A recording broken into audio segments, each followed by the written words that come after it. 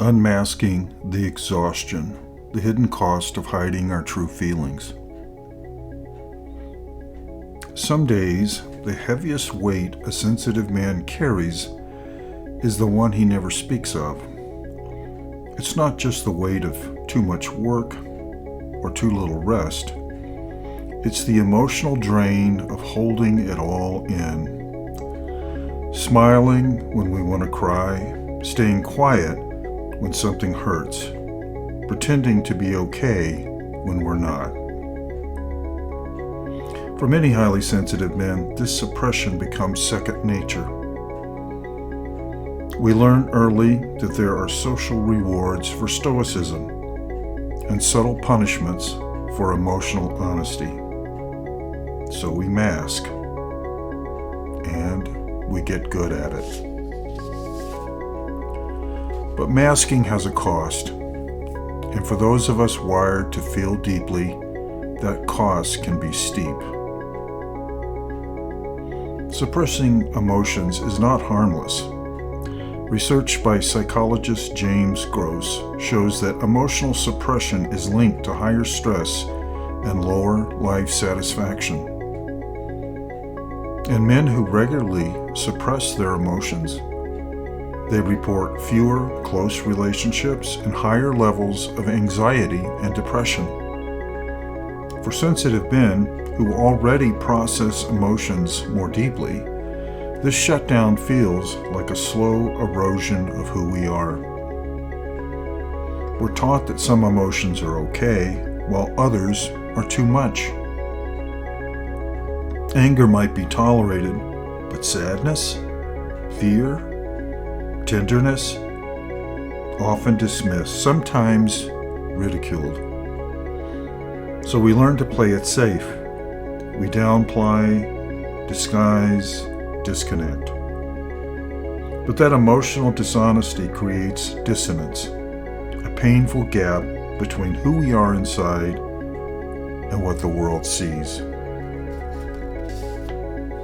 As HSP men, we take in more, feel more, and carry more, mentally, emotionally, and physically. Our nervous systems are wired to process life with intensity and depth, and yet, the messages we get are contradictory. We're praised for being thoughtful, but shamed for being tender.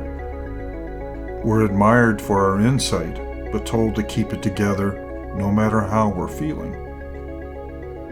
That double bind forces many of us to live behind a mask, appearing composed while carrying a storm inside. It's more than just stress. It's a slow estrangement from our true selves. So, how do we begin to live unmasked? It starts by creating safe space for emotional expression. That might sound simple, but for many men, it's unfamiliar, or even threatening. We've had so few models of healthy emotional expression beyond anger or humor. Let's talk about a few practices that can help. First, writing. Private journaling gives you a place to tell the truth about judgment. Even a few minutes a day, naming your feelings can create clarity and relief. Try prompts like, "What am I feeling right now?" Or, "What do I wish I could say?" Next, voice work. Speak aloud into a recorder, to a trusted friend, or even in the mirror. Giving voice to your feelings, even just for yourself, can shift something inside. Fear begins to loosen its grip. Then there's movement. Gentle stretching, intentional walking, yoga, or qigong. These practices help regulate the nervous system and release what words sometimes can't. Our emotions live in our bodies too. Part of the challenge is simply not having the words. Many men were never taught an emotional vocabulary. If we can't name it, we can't express it. This is not a flaw, it's a gap in cultural education. One tool that helps is the feelings wheel. It expands our emotional vocabulary beyond just happy, sad, or mad. The more precisely we can name our feelings, the more clearly we can understand ourselves and understand and be understood by others. Another tool, embodiment. That just means paying attention to your body's cues. Where do you feel tension? Where is it heavy? Where is it numb? By noticing without judgment, you can reconnect your emotional and physical self. Over time, that builds resilience. A lot of us wear emotional armor, and yes, in some environments, it does protect us. But that armor also blocks connection. You can't feel seen when you're hiding.